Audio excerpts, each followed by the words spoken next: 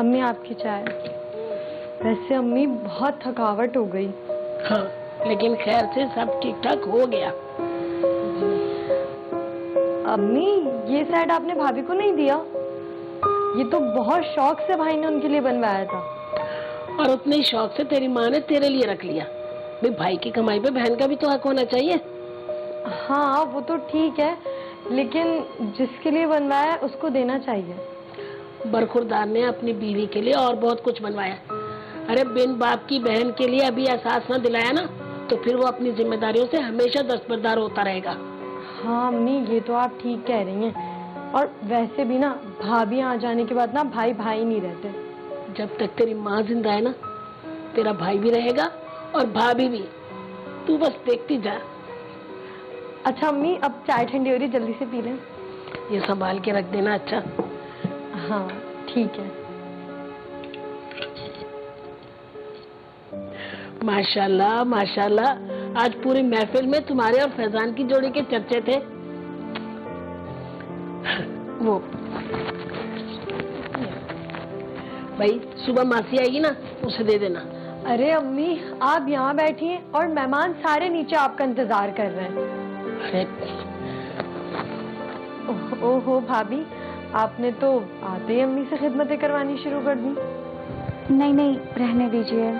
आराम से केक लगा कर बैठ जाओ। हॉल में बैठे बैठे कमर अकड़ गई होगी। अम्मी भाभी भी क्या सोच रही होंगी कि आप यहाँ से जाएं और भाई अंदर कब आए।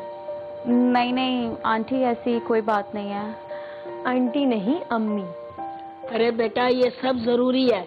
भाई को जानती हो ना, कल कला को कहेगा कि मेरी बीवी के कोई नखरे नहीं उठाए। अम्मी अगर हम थोड़ी देर और यहाँ रुके रहे ना, तो भाभी सोचेंगी कि पहले दिन ही सास और नन रोब जमाने आ गई। ये तो हमारी थोड़ी देर की मुदाखलत है, बाकी सारी जिंदगी तो इन दोनों ने साथ ही गुजारनी है। इससे पहले कि भाई कमरे में आए और भाभी बुरा मान जाए, तो इस खुशी के मौके पे एक सेल्फी तो बनती है। बिल्कुल बिल्कुल बनाओ।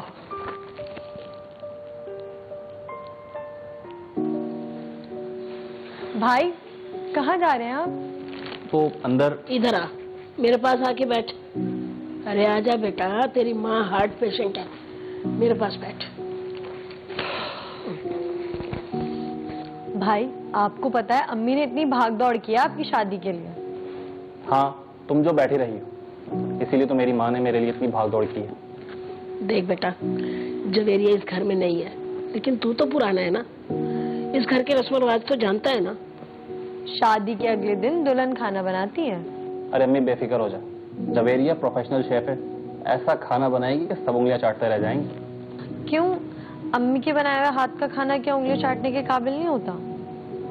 और भाई आपकी ना नई नई शादी हुई है, अगर आप इसी तरह भाभी के आगे पीछे फिरते रहे ना, तो उम्र भर ऐसे ही होगा। देख बेटा, मर्द को औरत पर हुक्मरानी के लिए पैदा किया और औरत को मर्द की अतात के लिए। अगर बहू को अभी अपने रोब दबदबे में रखेगा तो वो तुम्हारे हाथ में रहेगी, वरना आजकल की लड़कियां सुनती कहाँ हैं। अम्मी अच्छा ये सब बातें छोड़े, मुझे तो बस भाभी के हाथ के पराठे खाने हैं। पराठे? लेकिन मैं तो उससे बिरयानी बनवाऊंगा ना। क्यों, उसे सिर्फ बिरयानी बनानी आती है? भाई भाभी से सालन बनवा लिएगा और साथ में मीठा भी।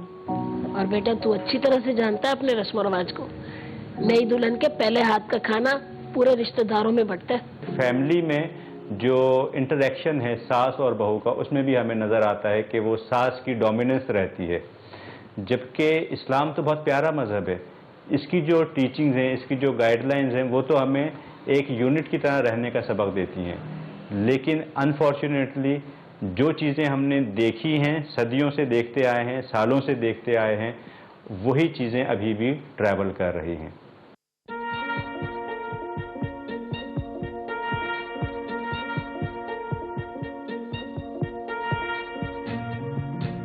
दस्तरखान पे सबसे पहले पानी रखते हैं। जी अम्मी, वो मैं भूल गई थी।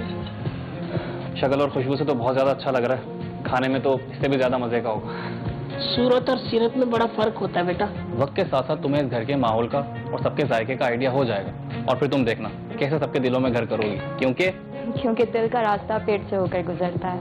अब पैसे दरख्तों पे तो लगते नहीं है कि घर में राशन अलग बर्बाद हो और बाहर से अलग मंगवाओ। जी अम्मी। आपकी अम्मी को लगता है कि अगर मैं किचन संभाल लूंगी तो मैं पूरे घर पर काबिज हो जाऊंगी। ऐसी कोई बात नहीं है, ये तुम्हारी मिसअंडरस्टैंडिंग है यार। बात ऐसी ही है, मिसअंडरस्टैंडिंग आपको हो रही है। आपको अम्मी से बात करनी चाहिए।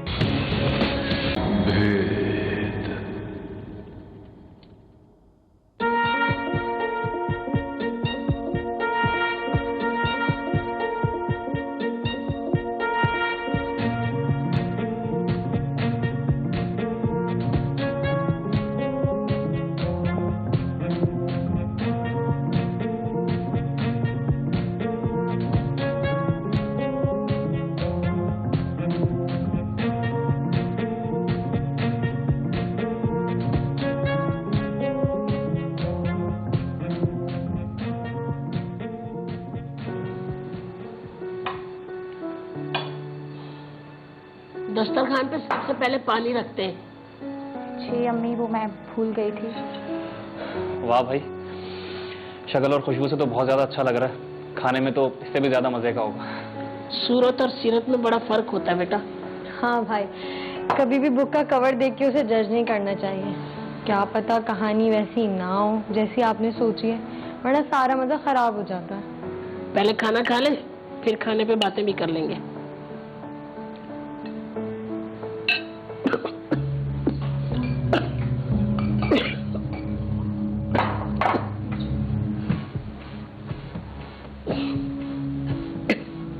ये बिरयानी बनाई है।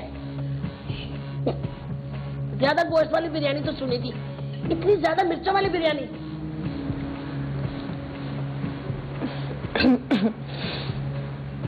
वाकई में मिर्चें तो बहुत ज्यादा तेज हैं। जी वो फैजान ने मुझे स्पाइसी बनाने के लिए कहा था। अम्मी हाई ब्लड प्रेशर की मरीज है। अरे वाह, बचपन से जवानी तक तो कम मसाले के खाने खाए, एक ही दिन में टेस्ट बदल गया। भाभी ये सालन में ऑयल कितना ज्यादा है। मैं कुछ और बना देती हूँ आपके लिए। नहीं, रहने दें। बहू बेगम, आटे घी का भाव पता तुम्हें? मेरा बेटा बहुत मेहनत से कमाता है, इसी तरह राशन जाया करते रहे ना, तो ऐसा ना हो कि किसी दिन हम रिस्क के लिए तरसे। देखिए, बहुत सी फैमिलीज़ में हम देखते हैं कि मर्द एक न्यूट्रल रोल प्ले करने की कोशिश करता है, लेकिन इन स्पाइट ऑफ दैट मर्द की कंडीशन एक सैंडविच वाला हिसाब ही होता है। इधर से भी पिसता है, इधर से भी पिसता है, और जिस तरफ भी वो अगर थोड़ा सा भी बायस हो जाए या थोड़ा सा फेवर करे तो फिर वो एक अजीब सा माहौल पैदा हो जाता है। इस सूरत हाल को डेवलप कैसे किया जाए, इसके लिए मीडिया बहुत इंपॉर्टेंट रोल प्ले कर सकता है। ऐसे ड्रामे दिखाएं जिसमें एक आइडियल फैमिली रिलेशनशिप दिखाया जाए, आइडियल इंटरेक्शन दिखाया जाए, सास का, बहू का, बेटी का, देवरानी जेठानी, नंद भावज। तो वो चीज़ें जब कंटिन्यूसली चलती रहेंगी और सालों तक ये चीज़ें दिखाई जाएंगी तो एक ज़बरदस्त मुआशरा तश्कील पाएगा। On the other hand individual level पे क्या किया जा सकता है कि बहू को हमेशा बेटी की तरह ही ट्रीट किया जाए। ये देखा जाए कि वो एक लड़की अपनी पूरी फैमिली को, अपनी पूरी वैल्यूज़ को, अपने पूरे सिस्टम को छोड़ के आती है और आपको अपनाती है, तो अब उसकी नेगेटिविटीज़ को, उसकी खामियों को, उसकी कमियों को हाईलाइट करने के बजाय उसके अंदर जो पॉजिटिव चीज़ें हैं उन्हें हाईलाइट किया जाए, उन्हें अप्रिशिएट किया जाए। इंसान की जो नफ्सियात है वो अप्रिसिएशन से बड़ा मुतासिर होती है। जब आप किसी भी शख्स को अप्रिशिएट करते हैं तो वो खुद से इंट्रोस्पेक्शन में जाता है और अपनी कमी को पूरा करने की कोशिश करता है। लेकिन जब भी आप किसी भी शख्स को क्रिटिसाइज करते हैं तो कहते हैं क्रिटिसिज्म क्रिएट्स एनिमीज। तो जब भी आप क्रिटिसिज्म की तरफ जाते हैं तो उसका डिफेंसिव मोड एक्टिव हो जाता है और वो फिर सारी चीज़ों को अपने आप को डिफेंस करता है और एग्रेशन का मुजाहरा करता है। फैजान, आपकी चाय। Thank you. वाह,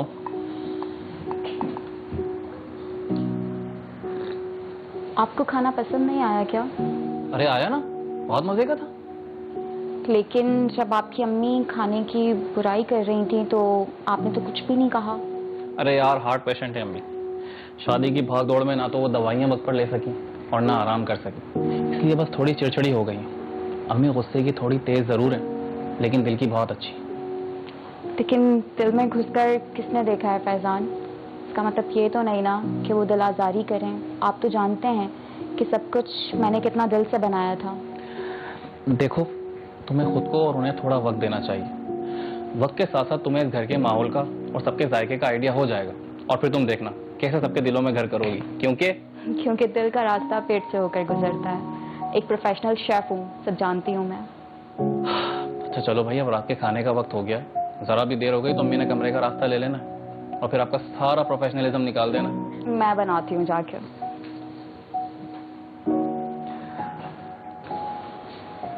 अरे अम्मी, आप यहाँ? देखो बेटा, तुम इस घर में नई हो, तुम्हें तो नहीं पता ना कि इस घर में कौन कैसा क्या खाता है, इसलिए सोचा आज सर पे खड़ी होकर खाना बनवाओ, ताकि तुम्हें पता चल जाए कि इस घर में खाना कैसे बनता है। जी अम्मी। आलिया ने सुबह कुछ नहीं खाया, फैजान ने उसे बाहर से मंगवा के दिया। अब पैसे दरख्तों पे तो लगते नहीं है कि घर में राशन अलग बर्बाद हो और बाहर से अलग मंगवाओ। जी अम्मी। ये कटोरे में मैंने दाल निकाल के रखी है, बनाओ इसे। जवेरिया ने एक एक चीज रुखसाना से पूछ कर डाली थी।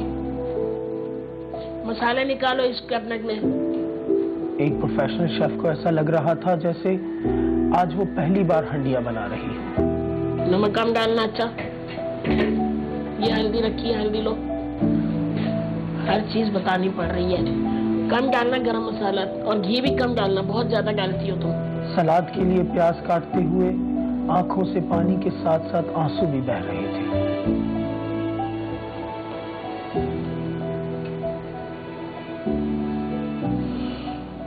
हाँ, अब बनाना मेरे बच्चों की पसंद का खाना। चलो अब किचन समेट के बाहर आना, वरना आलिया आएगी ना चाय बनाने तो शोर मचाएगी। ठीक है? देखें, इसको कहते हैं एहसास कमतरी, फ्रस्ट्रेशन। साइकोलॉजिकली जब पता चला उन लोगों को कि ये तो शेफ है, सर्टिफाइड कुक है, तो उसकी उसी चीज़ में कीड़े निकालना शुरू कर दिए कि उसको कमतरी का एहसास दिलाया जाए, उसको ये बताया जाए कि उसको डिग्रेड किया जाए और अपने सास होने का फ़ायदा उठाया जाए। यानी एक चीज़ एग्जिस्ट नहीं करती लेकिन फिर भी उसको क्रिटिसाइज किया जा रहा है। ये एक सास का एक अपना एक एटीट्यूड होता है, माइंडसेट है ये, कि नहीं मैंने तो उसको अंगूठे के नीचे ही रखना है। जब तक हम इन चीज़ों को चेंज नहीं करेंगे, अपने माइंडसेट को चेंज नहीं करेंगे, अपने एटीट्यूड को चेंज नहीं करेंगे, हमारा फैमिली सिस्टम कभी भी डेवलप नहीं हो सकता। मेरे बने हुए खाने के लिए तो आपके मुंह से एक लफ्ज तक नहीं निकला था, और आज अपनी अम्मी की तरकीब का बना हुआ फीका खाना खाकर भी आप तारीफों के पुल बांध रहे थे। तरकीब अम्मी की थी लेकिन बनाया तो तुम ही ने था ना, तो तारीफ तो तुम्हारी हुई ना। मैं मजाक के मूड में नहीं हूँ। अगर बात एक दिन की होती तो फिर भी बर्दाश्त था, लेकिन आपकी अम्मी ने कहा है कि वो रोज अपनी निगरानी में मुझसे खाना बनवाएंगी और सब्जियां किस तरह से काटते हैं मुझे सिखाएंगी। तुम इतना दिल पर क्यों ले रही हो? फैजान, जब दिल दुखता है ना तो दिल पर लेना ही पड़ता है। लोग मुझे कुकिंग शो में एज अ गेस्ट इनवाइट करते थे। स्टूडेंट्स पास आउट होने के बाद होटल मैनेजमेंट में मुझसे ट्रेनिंग्स लेते थे, और यहाँ एक प्रोफेशनल शेफ को सिखाया जा रहा है कि खाना किस तरह से बनाया जाता है। देखो, तुम नई नई आई हो ना इस घर में, इसलिए तुम्हें ये सब महसूस हो रहा है। हर घर के अपने अपने तौर तरीके होते हैं। देखो, वही औरत ससुराल में कामयाब होती है जो उसके रंग में रंग जाए। फैजान, बात नए घर के तौर तरीके सीखने की नहीं है, लेकिन जिस तरह से मुझे सिखाया जा रहा है ना वो हद तक आमेज है। मुझे कोई कबाहत नहीं है सीखने में, लेकिन मुझे इस बात का एहसास तो ना दिलाया जाए कि मेरी माँ ने मुझे कुछ नहीं सिखाया।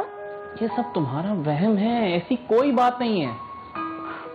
आपकी अम्मी को लगता है कि अगर मैं किचन संभाल लूंगी तो मैं पूरे घर पर काबिज हो जाऊंगी।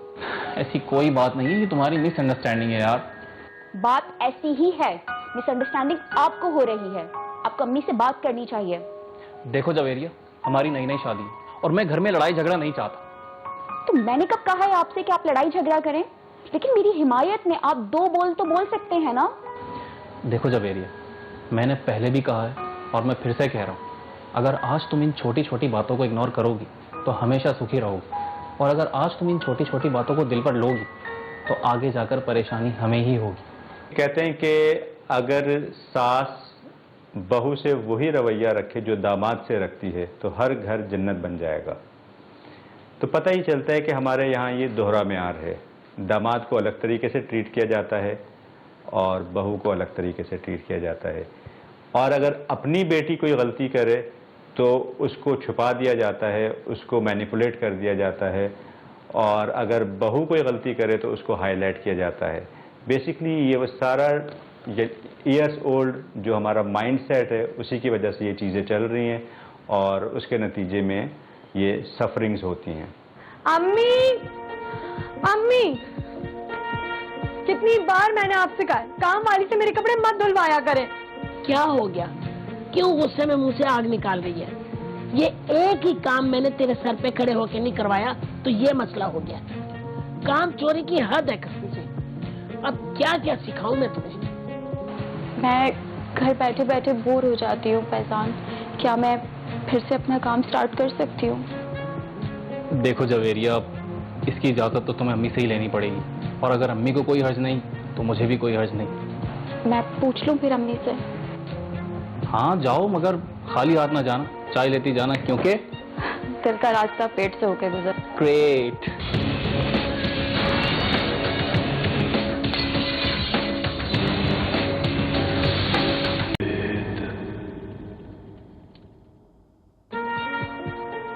अम्मी, अम्मी, कितनी बार मैंने आपसे कहा काम वाली से मेरे कपड़े मत धुलवाया करें।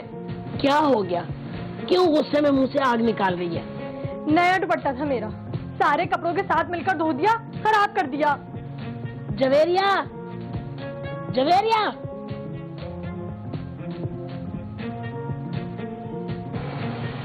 जी जी अम्मी। तुमसे कहा था ना कि सफेद कपड़े खुद धोना और दूसरे कपड़े मासी से धुलवाना। जी मैंने ही धोए हैं कपड़े। तो फिर ये दोनों कपड़े अलग धोने से खराब कैसे हो गए? वो मैंने मासी को कहा था कि छत पे कपड़े डाल दें, शायद उससे डालने में कुछ गलती हो गई है। गलती उससे नहीं मुझसे हुई है।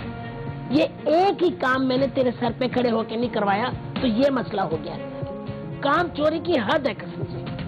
अब क्या क्या सिखाऊं मैं तुम्हें? ये ले, इसे ठीक करके धो दिएगा।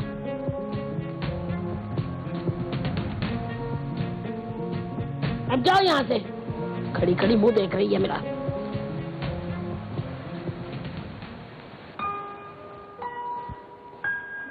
जवेरिया,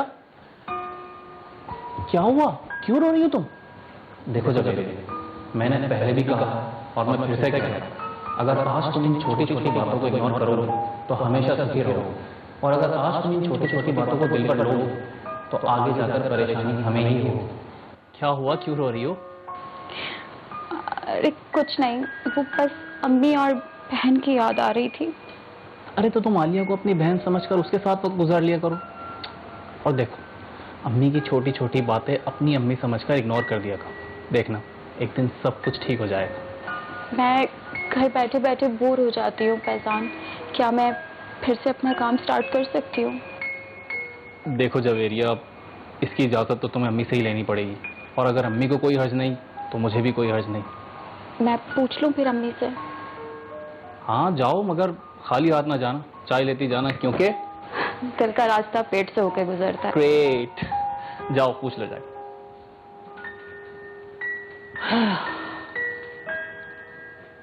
अरे क्या सुख चैन पूछ रही हो? बहू के आने के बाद तो मेरी जिम्मेदारियां बढ़ गई हैं। माएं अपनी बेटियों को पहले तहजीब और घर गृहस्थी तो सिखाती नहीं है, बाद में हम सासें बदनाम होती हैं। सही कह रही हो। अब अच्छा, मैं बाद में बात करती हूँ।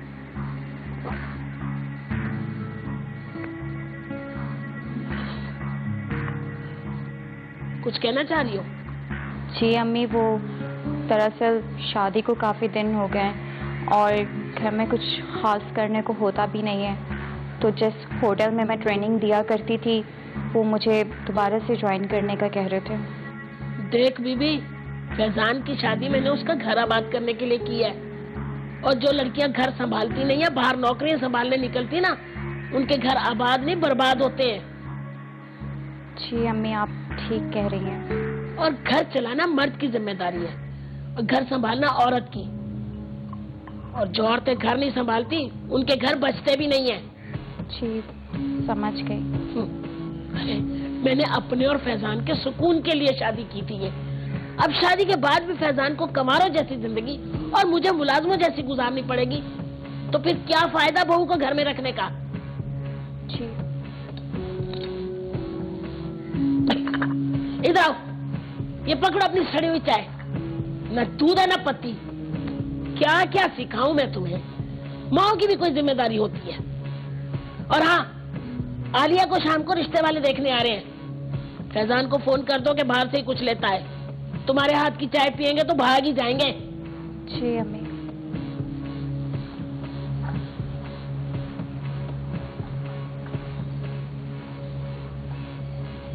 अरे वही हुक्मरानी कायम दायम रखने के लिए कभी गोश्त कच्चा है तो कभी चाय में चीनी ज्यादा।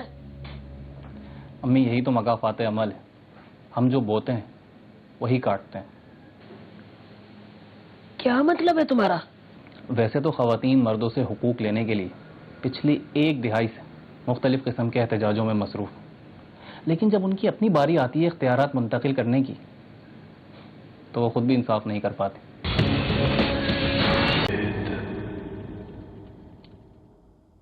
शुक्र है अल्लाह का, आलिया भी अपने घर की हो गई। कल ही की बात है, यहाँ मेरे साथ लड़ा करती थी। कितनी अजीब बात है ना, माँ इस सबसे गुजर कर यहाँ तक पहुँचती है, लेकिन बेटी को रुखसत करते वक्त ऐसे लगता है जैसे ये वक्त उन पर पहली बार आया हो। अम्मी आलिया खुश तो है ना? हाँ, थोड़ी देर पहले ही फोन पे बात हुई थी। घर में तो सब ठीक है, लेकिन उसकी सास का रवैया उसके साथ कुछ ठीक नहीं है। क्यों, क्या हुआ? अरे वही हुक्मरानी कायम दायम रखने के लिए कभी गोश्त कच्चा है तो कभी चाय में चीनी ज्यादा। अम्मी यही तो मकाफात अमल है, हम जो बोते हैं वही काटते हैं। क्या मतलब है तुम्हारा? वैसे तो ख़वातीन मर्दों से हुकूक लेने के लिए पिछली 1 दिहाई से मुख्तलिफ किस्म के एहतजाजों में मसरूफ़, लेकिन जब उनकी अपनी बारी आती है इख्तियारात मुंतकिल करने की तो वो खुद भी इंसाफ नहीं कर पाते। तुम्हारे कहने का मतलब है तुम्हारी बीवी के साथ नाइंसाफी की है मैंने? अरे नहीं अम्मी, बात इंसाफ की नहीं, इख्तियारात की है। एक बहू के पास जब इख्तियारात नहीं होते तो वो इन सारी नाइंसाफियों को चुप करके सहती है, लेकिन जब यही इख्तियारात उसके पास सास बनने के बाद आते हैं तो वो अपने साथ जवानी में होने वाले वारों का बदला अपनी बहू से लेती है।